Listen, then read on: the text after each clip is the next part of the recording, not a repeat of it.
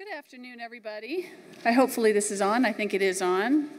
I'm Kelly Clements, the deputy here at UNHCR, and I am delighted to be with you.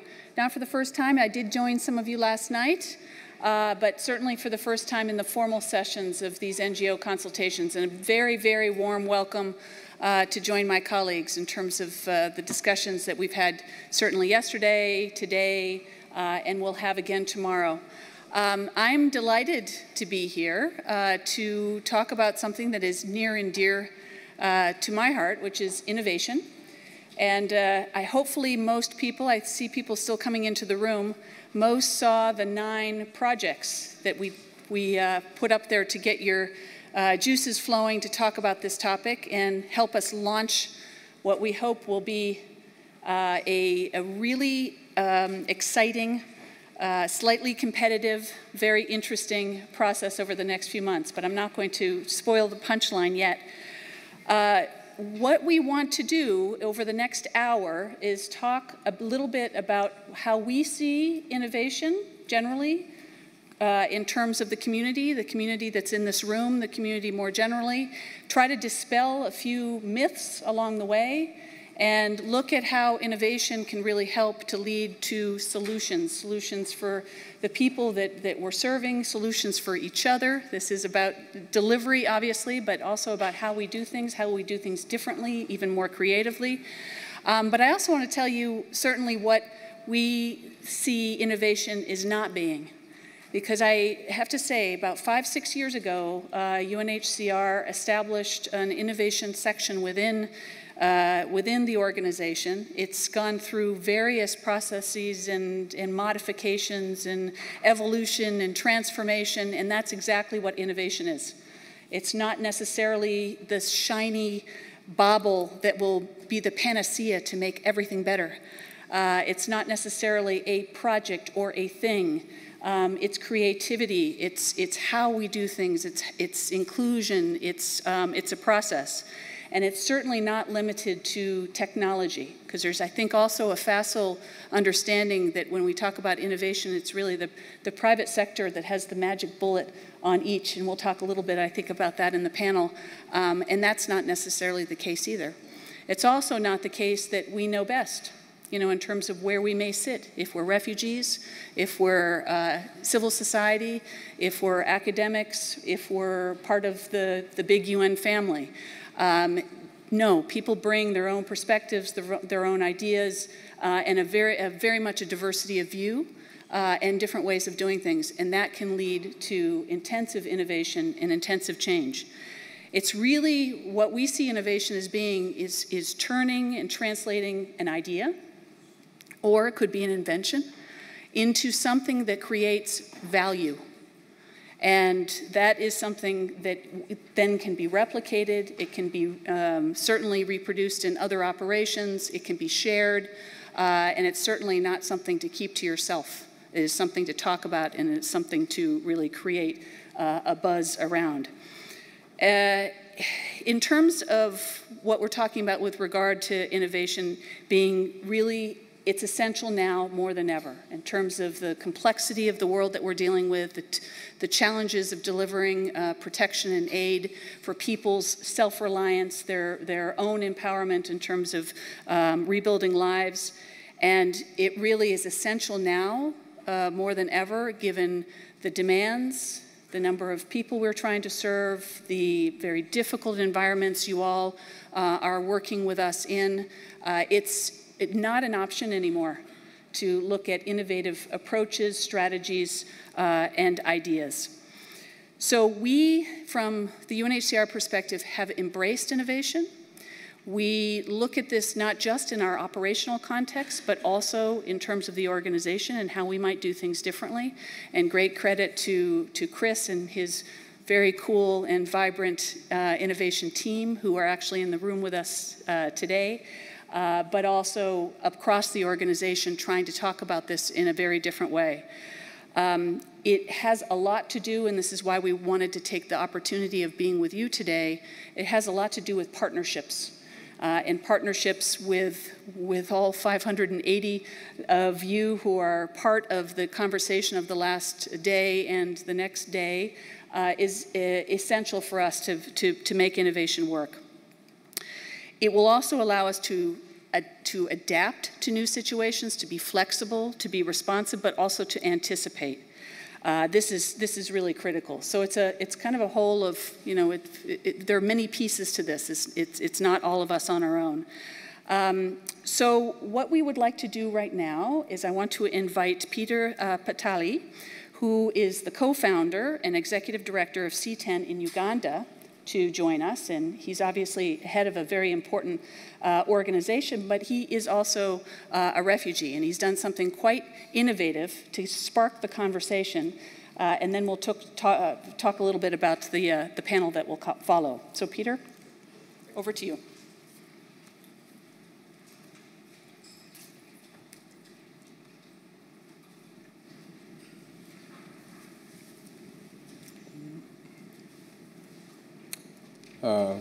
Good afternoon, everybody. I'm called Peter Batali, a refugee from Rhino Camp, South Sudanese, educated in the UK. Thank you, thank you, thank you, thank you. Yeah, I'm very happy to be here. I'm very happy with the UNHCR for this invitation, and I'm very honored to meet all of you today. To share with you our initiative. Being a refugee, in 2016, July, after fleeing the conflict in South Sudan, we were just settled in an area called Rhino Camp, northern Uganda, a very remote area without connectivity. And we found ourselves there with mothers, with children, with elders. Everybody scattered, running for a piece of land to put a tent. And everything was coming to me as, wow, this is a dream. I have this friend of mine who came and walked to me, saw us sweating, and he says, with a broken English, what went how? I mean, what happened? Why are we here? And I said, no, this is it. We have to do something as young people within this society. And then we quickly, within less than a week, you know, I woke up and what do we do? I am here now for the second time. What do we do? And the Refugee Information Center idea came into my mind. Everyone is confused. Everyone looks stressed. The mothers left their husbands, and children separated from their mothers. I said, what if we have a center that all these people who are confused can turn up and be informed, so that this stress can be reduced, so that these emotions that is going on can be reduced. So the idea, I thought about it and I shared with my colleague who we worked some year in Yei, South Sudan. And he just replied to me, I mean, what can we do? Here we are. And then I pursued this idea until a point where I said, no, we have to do something. Without telling anyone, without telling my mom, without telling my brothers, I just went to the market and bought a generator. I bought the speakers. Sorry. And then I realized, let me get transport. That was my own. So we went back to the camp for the first time with a pickup car, and I was offloading this stuff, and everybody's like, wow, what are you doing? I said, we need a center. we need to come together and console ourselves. So I took away all people's imaginations to the level that the next day they could hear sound, and when we turned on the generator in a skeleton under a tree, say, who has a phone, who has a computer, so that we can use and help ourselves here. And then the tree was not enough. We thought, yeah, let's move on. Let's put a structure.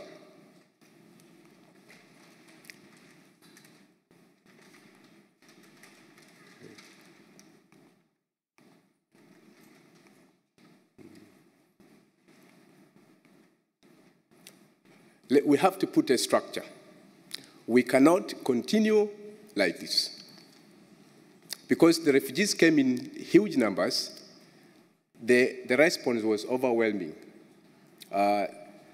We realized the structure that we put was not enough to contain all the laptops, DVD players, mobile phones that people ran with. And we realized, no, we have to do something more than this. Can we actually use what you have? Can we borrow what you have and use it to train these children, maybe play some films and we can entertain ourselves? And from there, the response was overwhelming. Within less than a month, I have to say more than 700 refugees registered with us for training in the use of computers, for training in the use of smartphones to connect you to your loved ones. So from there, everybody was shocked. A UNHCR staff came in and said, who is this, which is this organization? I mean, every time they come, they find us in our little shelter, with the community around. We're teaching ourselves. Which organization is this? They call us aside and said, there's no chair, we can sit on the mat and we can go through it. We are trying to come up with a center that can, transform this community, that can reduce our stress. And he says, wow. I remember this woman, an experienced community officer, and he says, here is my number. If you get time, can you leave everything and just put your idea on paper? And then we went and, we paused for like 3 days. We went and put this idea on paper with my colleague. And since then, this refugee initiative that we started has an overwhelming result. And I am very, very honored to get this invitation to share this with you and with all of you. I think I will respond if anybody wants to ask. Thank you very much. Thank you.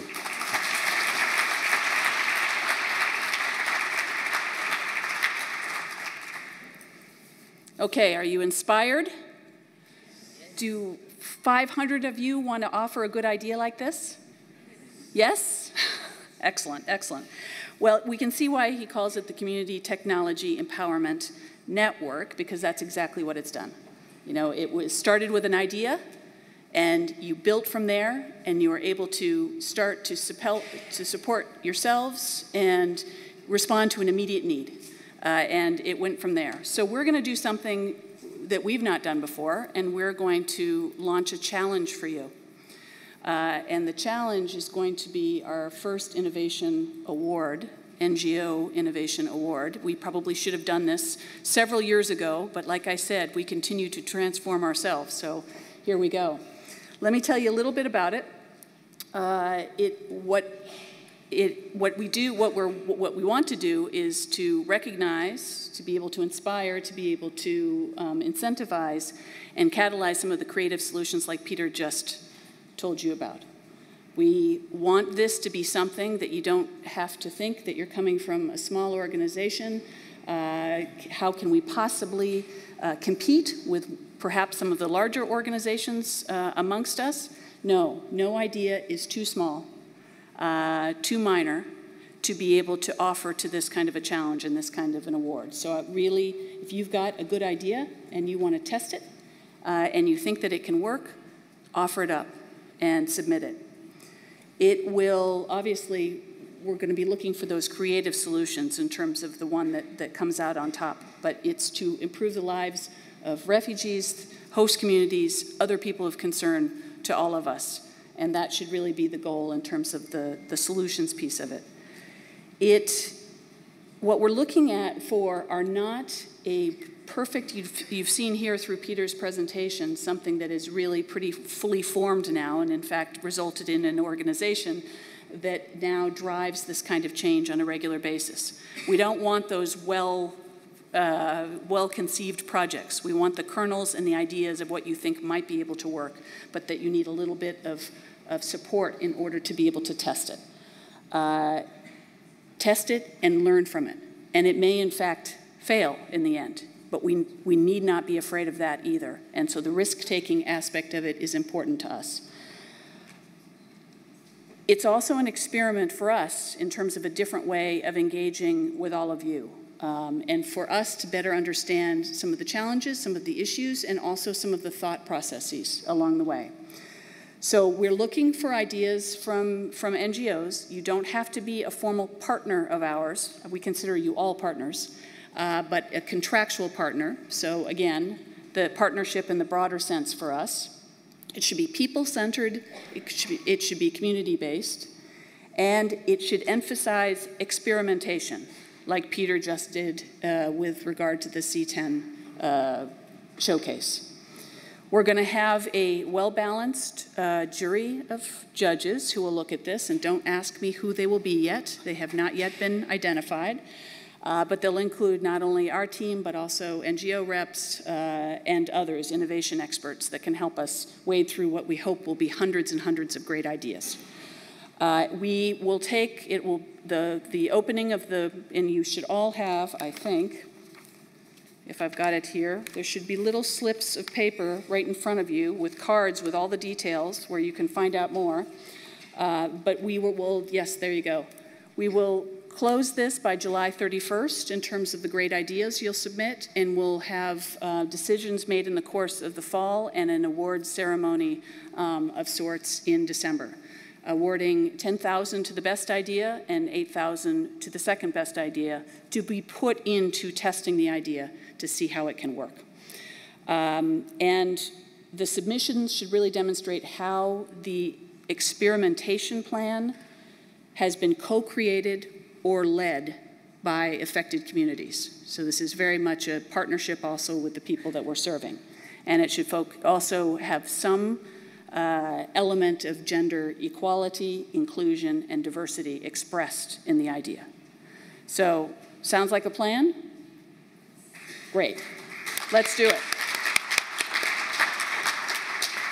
Okay, so now we'll turn over to the panel, and I'm going to not be the MC of this part any longer, but turn it over.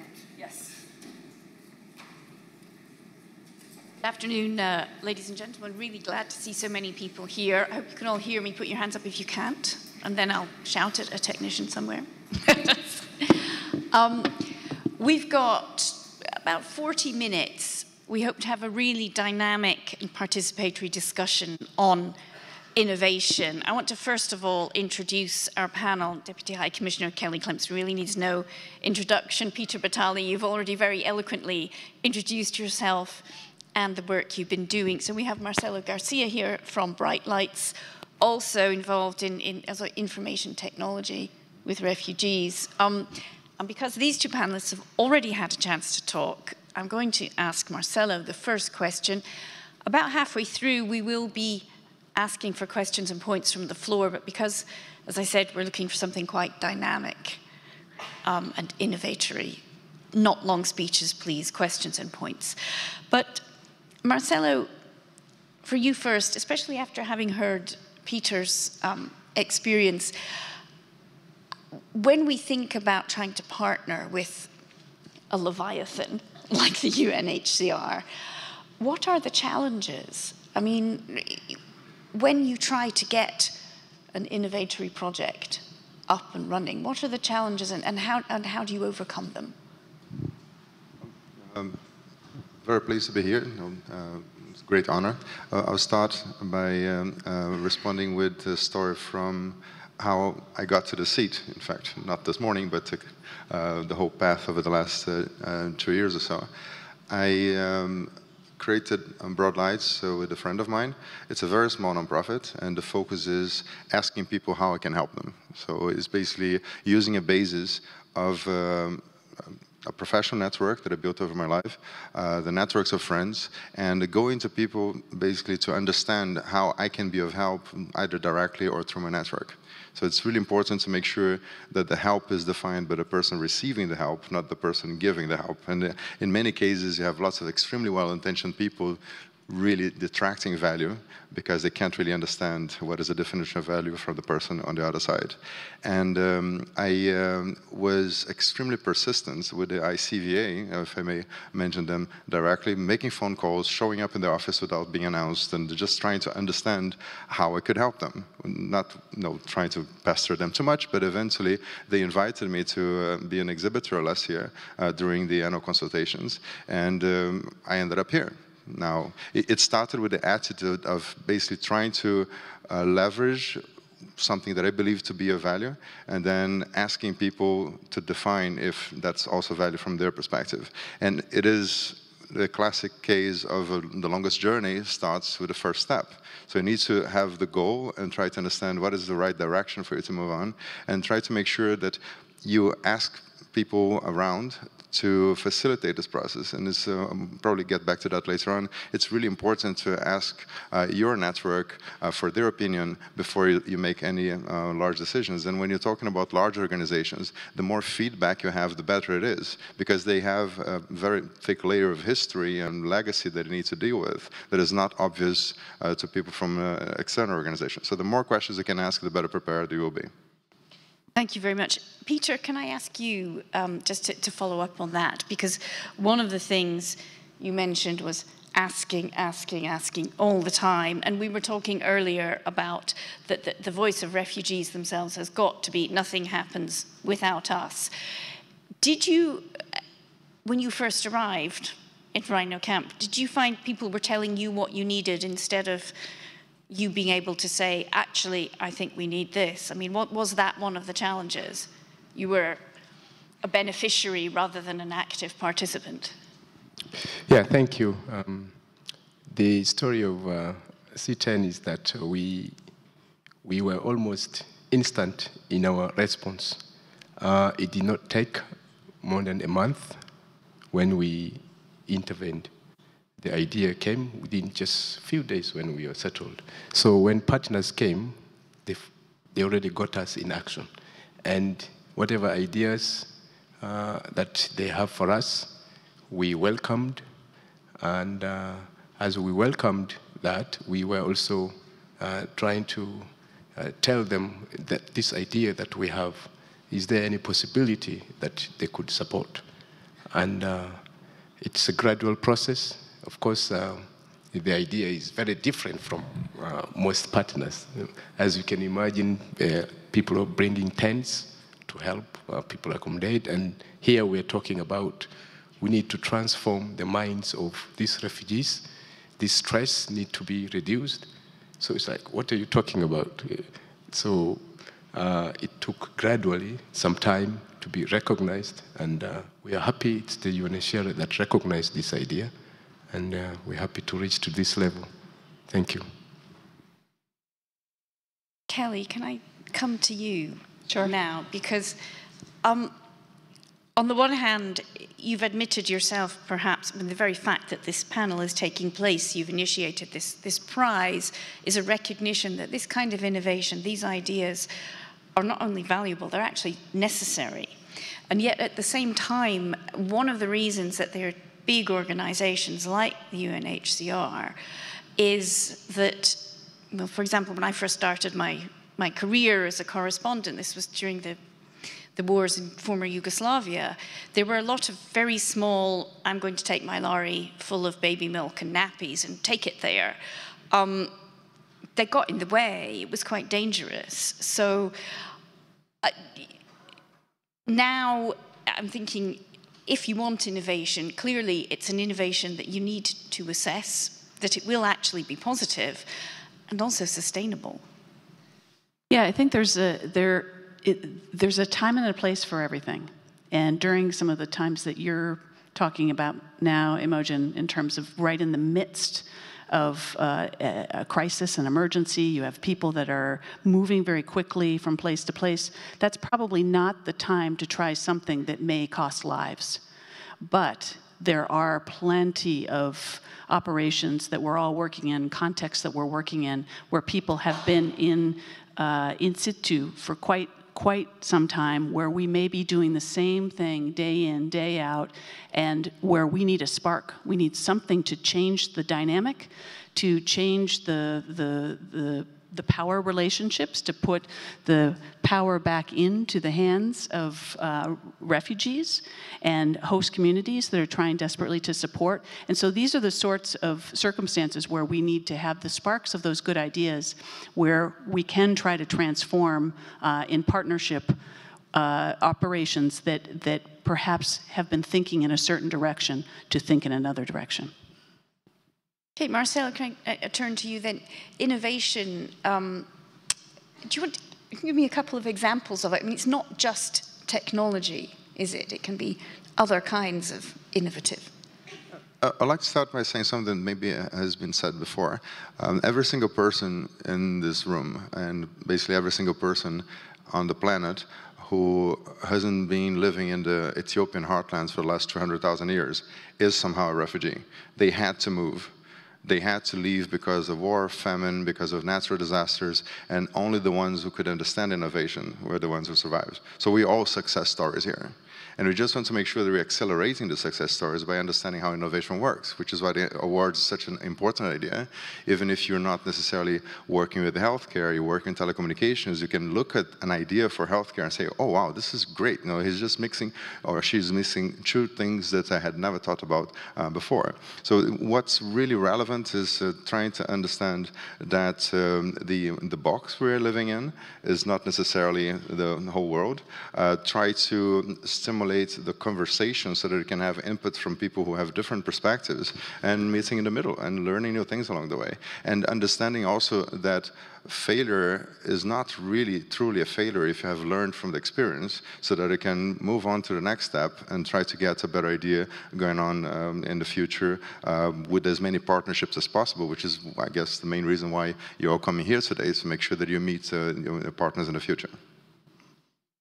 Peter, do you have advice for people out here who may have the germ of an idea how to approach, say, the UN Refugee Agency, how to get that idea off the ground? Yeah, good question. For CITEN's point of view, I think I wished that partners came in and assessed the skill level, the qualification, and the experience of these refugees. There wasn't any partner that was looking into that, to tap into the ideas that they have, the experience that they have, so that then the response could be timely.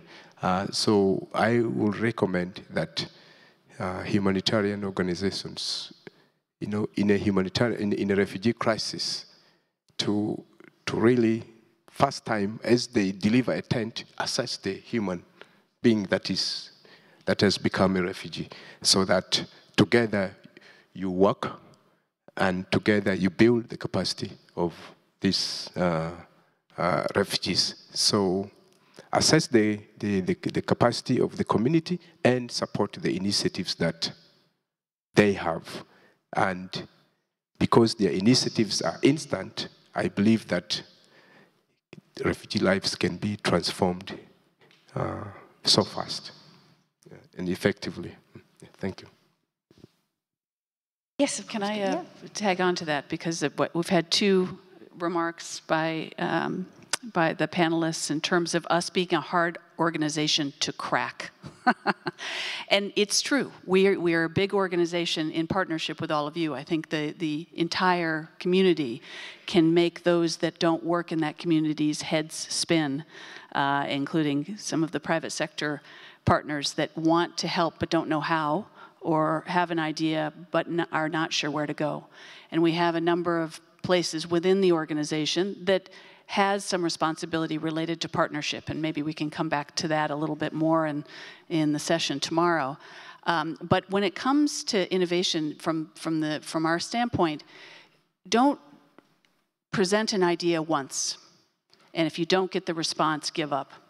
If you have something you think could work, or you've proven in a particular context that it's worked, obviously you've got strong team members on our side to probably witness it firsthand, who can then communicate it in ways that we might be able to use it elsewhere. But there are other avenues within the organization. We obviously have structural ways to channel some of your good ideas. I mentioned our innovation service earlier, but increasingly the message that you're hearing, hopefully you heard yesterday from the High Commissioner and you'll hear from the rest of us, is that innovation is something we are promoting as an organization. And that's not just for us, but it's the entire community. So be persistent. Show that, yes, risks are possible. We will support those risks in certain circumstances, obviously. But we want this to grow and to proliferate in terms of a way of doing things differently. This is not, again, just about good projects, but it's about different ways of delivering in a way that's much more effective and inclusive. Can I just, because we were going to try to get onto this, and I think before we open to the floor, I think it would be an interesting angle quickly to look at, is innovation and the involvement of the private sector. Do you have a successful template for that? Because I sometimes think that some of these things, by the time you get the plan signed off and the contract and so on, the need might have gone away. Sometimes it's very, very complicated. Mm-hmm. I wish the needs were going away, but they really aren't. Our engagement with the private sector has grown enormously in the last few years, and it's in different ways and in different areas. I mean, we say that innovation isn't just about technology, but actually in the technology area, the private sector has helped us and you and all of us as a community actually be able to reach many more people when it comes to education, when it comes to feedback mechanisms, when it comes to health delivery systems. The instant school networks that Vodafone helped us implement in the Horn of Africa and so on, we could not have done that on our own. So I think there are some really good ideas that we have piloted and now replicated. And it tends to be when there are good ideas, we find ways to be able to implement. You saw on the screen in terms of the video that we started this session with, the solar lighting project in Jordan, which I had a chance to go with the CEO of the IKEA Foundation. That was a project that almost didn't get off the ground. But now it is providing electricity not just to Azraq camp in Jordan, but it's also providing electricity to the local community. Had it not been for persistence, perseverance, dedication, patience, some failures along the way on our part, on perhaps higher expectations than should have been expected on the part of the private sector, that never would have gotten off the ground. So it's also getting to know each other in terms of what each can deliver and what we can expect from each other that leads to some successes, and we're seeing more of them now. Can I ask you, Marcelo, do you see pitfalls, challenges with partnerships with the private sector? Higher expectations than should be? Well, public and private sectors speak the same language, but in different ways. The one thing that came to mind was the fact that in the private sector, if you're trying to raise money, you ask family and friends, you have your reserves, you come up with a good idea, you have a pilot, you go out there and you try to find some seed capital, some NGO investors, then you go to venture capital, and then you can eventually get to a stock exchange. And this is not the way the public sector has been structured, because that was not the original purpose. Now, if you're trying to make that connection, and I'm one of the experts in smart cities with the UNHCR, specifically in the private-public partnerships domain, and it is really hard to get people to interpret the same words the same way. And one of the things that NGOs could do, perhaps a bit more, is trying to understand that the UNHCR is very visible. Lots of people want to help. And you are flooded with ideas. And out of respect, I think it's important to at least get to the equivalent of a startup raising seed capital level. So there is a concept that has been discussed, some piloting has been done, and that's when you can start approaching a big organization like UNHCR, because you can't just have an idea at home and give them a call and hope that they will be available to pick up that conversation. You have to describe a threshold, I believe is important in the Innovation Awards, of what's defined as acceptable to move on to the next stage, and that is going to facilitate the conversation tremendously. The other element is small successes can lead to enormous results. There's a law that is very well understood in the telecommunications world called the Metcalfe's law. And that basically means that the value of a network, an internet, or even blockchain technologies, if you're familiar with that, that value increases exponentially with the size of the network. Because each node, for every new node that you're adding, can communicate with every single other node. So once you started an idea, the piloting is going well and is going very slowly, fear not, because there's Metcalfe's law there to help. Once you reach the critical mass, you can really go global with this. And you just need to make sure that don't knock on the UNHCR door until it's fully baked as an idea and it's deserving of attention, it's something that really has the potential to make a big impact in the world. Hey, interested in innovative ideas, points, questions from our audience then, because we've already actually overrun our own time a little bit. Hands up. You each have a microphone in front of you. So I'm interested in experiences, challenges, ideas, even locally that worked. There's a lady there. Yes. Hello, my name is Eloise Rudel. I'm a policy analyst and researcher. I was really interested in the Ugandan project, because working for UNHCR many years ago, when we talk about refugee information, the point of reference was UNHCR or the settlement, manager.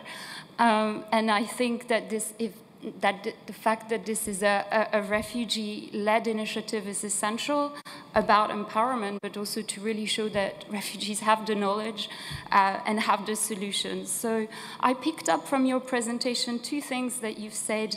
You mentioned instant response, and you also talked twice about reducing the stress.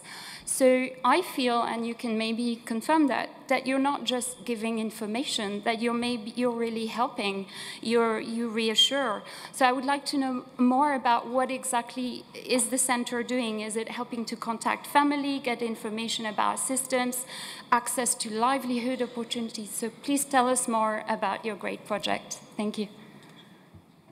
Wow, thank you very much. You read my mind very well. As of now, the idea has grown. The Refugee Information Center is now the #1 center for improving information sharing, not only among the refugees in that region, but also between the refugees and the humanitarian partners on the ground. That includes the UNHCR and all the government and the other partners. And not only that, the center has become sort of the easy option for education for the refugees. because we attracted partners like NetHope that provided a solar solution and a Wi-Fi internet that is paid for 1 year for the refugees. And with that, we are now able to provide online education for the refugees. As we talk, we have enrolled over 100 refugees that we are hoping to that they pass and they get this useful qualification, the knowledge from it. And not only that, we're also providing our own courses on daily basis. And that is the basic computer course, following the International Computer Driving License modules. And above all, we provide entertainment, news access to these refugees. As I was flying away, the refugees were enjoying the World Cup for free. And we want to move into real life-changing courses that improve the livelihoods of these refugees. We want to see a short course that transforms the life of refugee into becoming a job creator or somebody of importance in that community in the entire Uganda, whether upgrading to a university course or coming back to give back to the community. Open up business within the settlement and improve lives of these refugees. So the center is multipurpose. That is the one word I can say. We are moving into more sectors as time goes by, depending on the assessments that we carry out regularly within. Thank you. More points or questions from the floor? Sir? My name is Emmanuel, Window International Uganda. We do education. I wanted to talk about the future of innovations. And I'm just looking at this award, focusing probably on the winner and the run-up. And this might be from a different sector, which may not necessarily be a sector that one is in. So I know that there will be so many submissions, say, from partners in education who are submitting innovations in education, partners from health who are submitting innovation in health, partners in livelihoods who are submitting innovations in livelihoods. Is there going to be possibility of sharing some of the most replicable innovations from each sector separately? And in future, can there be also possibility of choosing run-ups per sector? Thank you. Thanks for the question. So this is our first time ever doing this, so you'll have to bear with us a little bit. We're going to, as I'd like to say, build the plane as we fly it. So we'd like to promise that we'll be able to get out, broadly all of the great ideas that were not in the top two, but I wouldn't want to promise that at this point. And it's really going to be not necessarily a sectoral approach. It's really the overall approach that shows, as I mentioned, this different way of collaborating, partnering, and trying to turn a really good idea potentially into something that can make a lasting difference with the people that we're serving.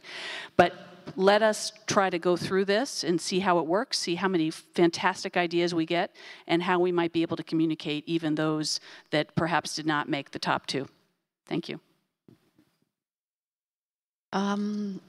So you first, I think. Sir. Thank you. Shay Matner from the Lutheran World Federation.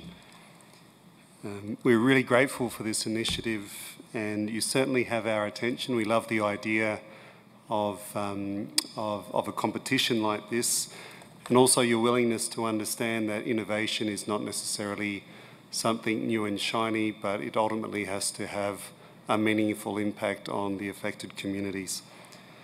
We have found in the field that staff are so busy implementing routine activities day in, day out, that they simply can't find the time to look at innovative ways of doing things.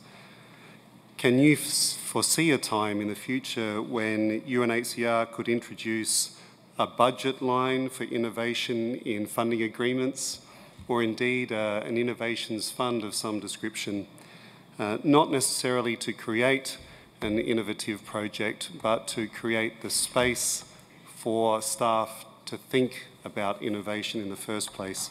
So in other words, to sit around the table to see what that plane might look like in the first place. Well, I think if my colleagues from the service were sitting where I am now, they'd say we're fighting hard to retain the budget we have, which is, in the grand scheme of things, I'm embarrassed to tell you how modest it is. So it's not necessarily about what's produced, it's about how we produce it.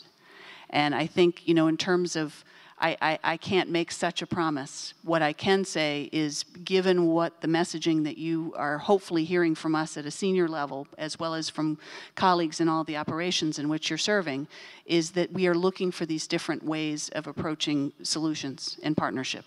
And that is having an impact on how we are looking at proposals and contractual relationships that we have with partners. I can tell you that organizations that continue to live in the past world, looking at very routine care and maintenance, if I dare say it, camp-based solutions, that sort of thing, are not going to be successful going forward, because that's not where we're going as an overall community. You heard, I'm sure, extensively yesterday about how the comprehensive refugee response will change the way that we work generally as a community. So those partners that continue on a contractual basis with us will need to demonstrate how they too are part of that change, and that includes innovation. So it will make you more competitive as a partner, but more importantly, more impactful as a partner in terms of working with the people that we're serving. How was that for a non-answer?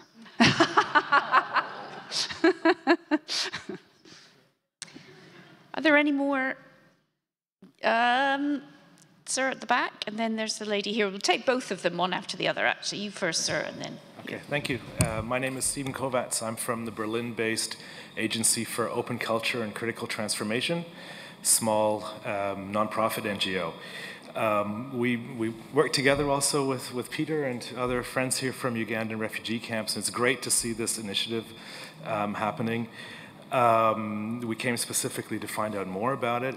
I just would like to follow up on the comments from the gentleman who spoke, asking about the sectoral approach, and the fact that a massive organization like the UNHCR is, well, first of all, finally doing an innovation award, which is great, but only giving 2 prizes for a total of $18,000, and how that will be perceived outside in the rest of the world, where just to install, for example, one very simple standard solar power thing might be $5,000 to begin with.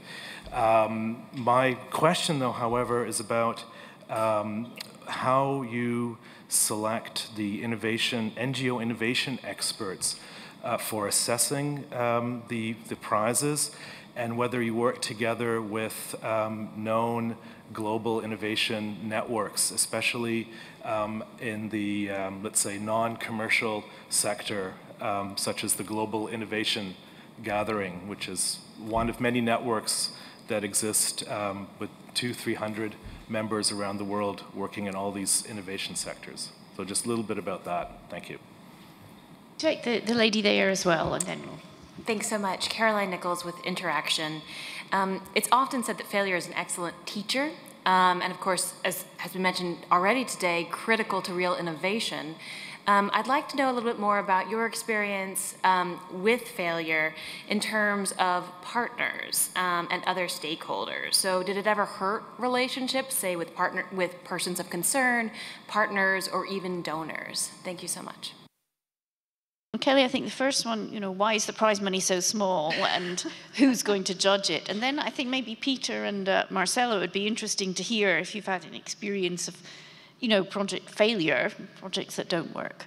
So let me start answering the first question, but I'm actually going to ask Chris from our Innovation Service to talk more generally about the types of networks that we maintain to make sure that we're cutting edge when it comes to innovation. It's not about the money, really. I know money is important. It does help to make things go, but it's really the recognition that you've got an idea, we would hope, that would then spark what Marcelo was talking about in terms of perhaps even greater seed money to bring it to fruition, and could mean amplification in terms of the concept idea and so on. So it's not to say that 10,000 is going to be sufficient to implement a project. It's the recognition that you've got something that we really think is something that could spark and be replicated elsewhere. So let's see how this works. And obviously we're going to be evaluating during the process, after the process, and to see whether or not we might do it again. But it wasn't really the level of support that we found important here. It's more the recognition that we've got something. But Chris, would you mind answering the second part of that? I'll do my best. Nice to meet you, and thanks for the question. So, I mean, first of all, when it comes to the networks that we're involved in, the networks, I mean, we'd love to be involved with GIG. We recognize that you're harnessed in the Global South. We work with civil society organizations routinely throughout the Europe refugee so-called crisis. We worked with Tech Fujis and so on and so forth. We create communities of practice across the UN organizations, across many of our NGO partners. We work closely with ICRC, exchanging ideas, good practices, promising practices, failures, different approaches to innovation and so on and so forth. The one thing that we are very, very, very strong on is partnership, and partnership around knowledge, around how we create value, and around our lessons learned and so on and so forth. We partner with private sector. We want to absorb a lot of the promising practices that we see elsewhere within the kind of non-traditional partnerships that Kelly was referring to earlier with the private sector. We want to partner more. We'd love to speak to you guys and see if we can collaborate. Over. Okay, then coming to the ladies' question. Marcelo, I'll ask you first. Experiences of failure, things that would maybe avoid that approach, pitfalls. Well, instead of talking about projects that failed, I can talk about projects that haven't succeeded yet.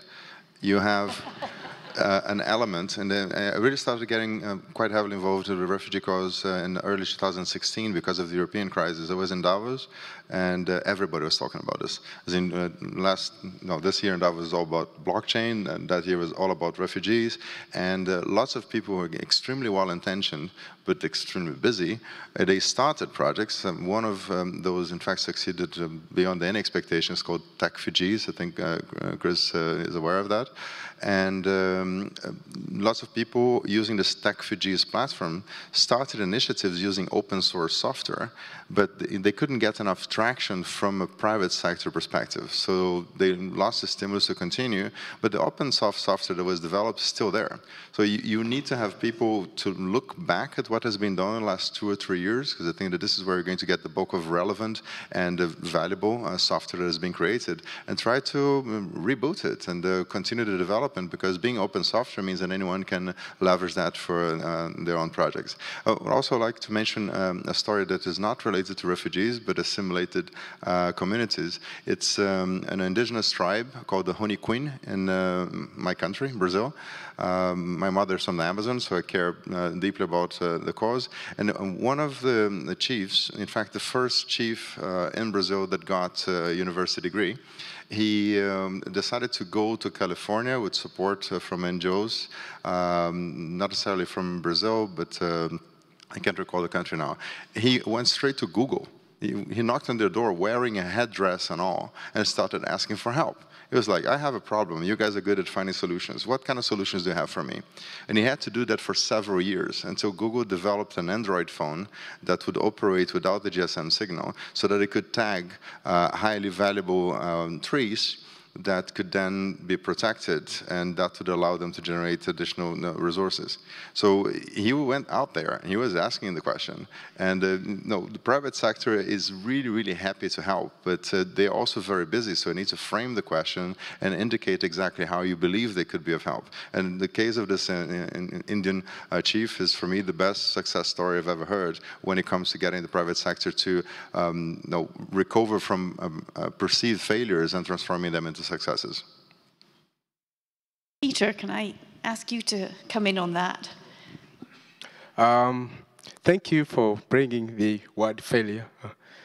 From our perspective as refugees leading C10 and organizations supporting refugees too, there is no failure. It's that support is coming, and we just have to try all the options. From our point of view, we exhausted a lot of options where we, within ourselves, contributed to making sure that the idea we started is built up, and then we expand on the lobbying aspect using multiple tools. I think the most successful tool we used is Facebook. I wish Mark was here, he's listening. We have become like the most active agency that uses Facebook, and it has gotten us really, really, first of all, the exposure, and then the actual funding. The building you saw on the previous slide, 98% of it is through funding from Facebook. We make an appeal and people supported us. So failure, once you realize that things are coming slow, you get back to the drawing board and you look at the options. So really, it's the delay in getting your idea implemented, but it's not failure. So we haven't failed. We will not fail. Thank you. And we try again too, if I might say. There's one particular project that we're not letting go of related to predictive analytics, where we're trying to use artificial intelligence to predict displacement within Somalia and into Ethiopia. 150 times it took us to get it right. And that, so in terms of really not just trying and then deciding it's not worth it. If we think we're onto something, it's something that, including with partnerships and the like, we test, we take risks, we learn from the mistakes, we adjust, and we get results. So I think I agree. There is not failure, huh? We're overrun our time a little bit. Are there any burning questions? Because I almost think like to end on there is no failure is not a bad way to. Sir, okay, one last point. And then yeah, thank you. My name is John Billox from South Sudan. My question is to my colleague Peter and my brother. Thank you for the innovation. Some years back, when we were in a refugee camp in Uganda, there was no such innovation. The refugees come up with such innovation. We appreciate the initiative. Last week, we were getting very bad news about some clashes in one of the refugee camps in Uganda. And these clashes happened during when they were watching a World Cup. In one of the market, they were watching a World Cup. Even some refugees lost their lives. It is unfortunate. Now, this center, what are your strategies so that to mitigate some of this violence? Because if sometimes when they get some information on this Facebook, they also get some information from home, and they can even turn the center into the maybe political place, and then also some violence can happen in some of these centers. What strategy do you have for you to mitigate some potential violence in one of these your centers? And then the second one is that it's my request that in the center you should also be looking at also some peace messages that can also heal some of these refugees that are traumatized when they are coming back home. Thank you. Well, thank you. One of them who witnessed that incident that occurred in Rhino Camp between youth who were watching football and just turned violent. That I won't go into much detail. It's just a clash of personality, individuals inside trying very passionately supporting their teams, and a colleague took the seat, and then they fought. But our Refugee Information Center is based on, to access it, you have to have a purpose. And we have documentation sheet there that when you come to the center, you declare what you have come for.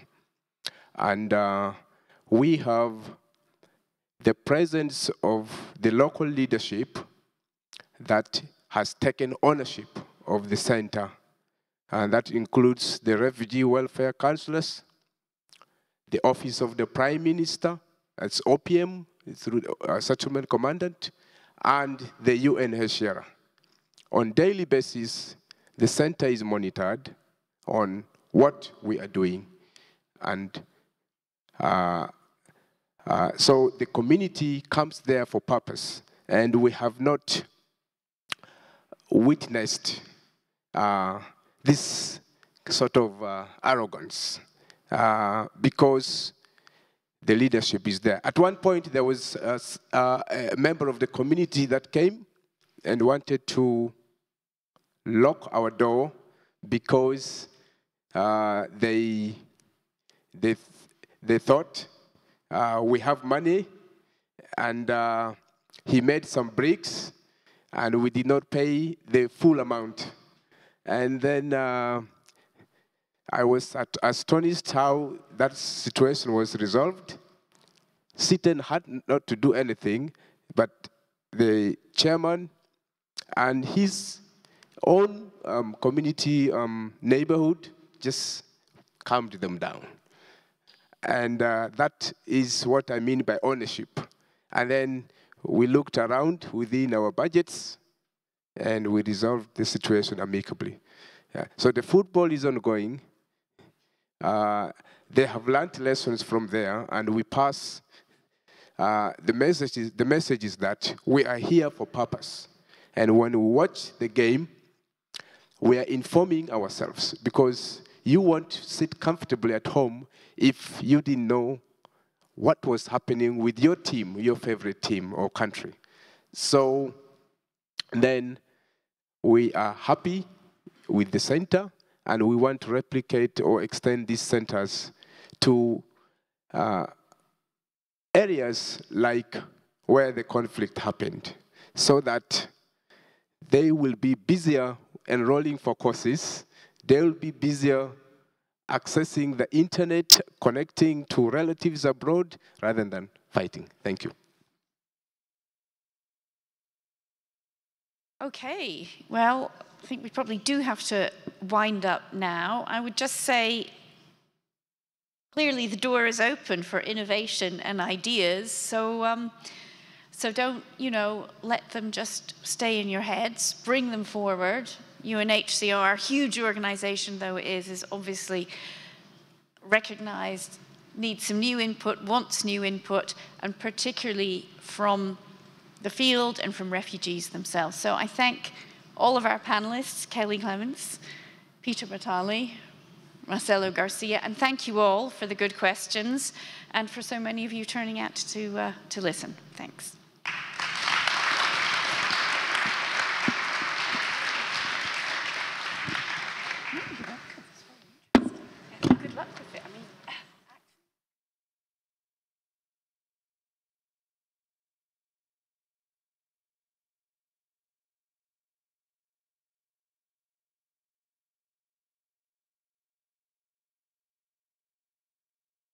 Thank you.